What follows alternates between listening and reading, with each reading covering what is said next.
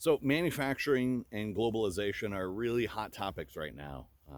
Politicians are discussing this way, way more than they have for a long time.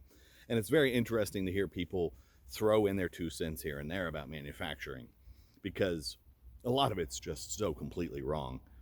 I remember one time when I was in 6th grade, I had this teacher and he was telling me and the class about how manufacturing in the US was dead, it didn't exist anywhere, and none of us should pursue that as a career option because there was no future in it. Meanwhile, we actually had an apartment in a manufacturing building at that time. We lived where we were manufacturing. I went up to him after class and said, hey, just so you know, manufacturing is not dead in the United States. I live in a manufacturing facility. And I saw him glitch a little bit, and he said, no, no, that's not a thing anymore.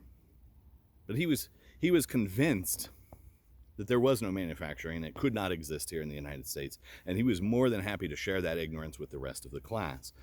I know that that had an impact on what all of those students did in their future.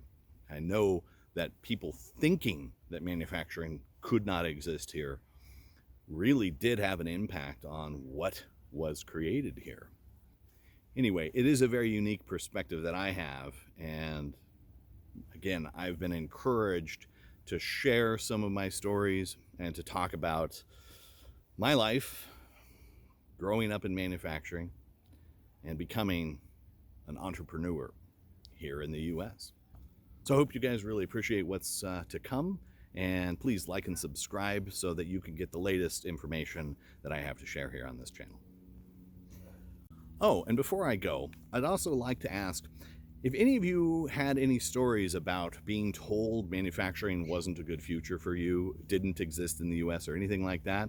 I'd love to read your comments, so please go ahead and post those below so that I can get to know you a little better and see what we might have in common.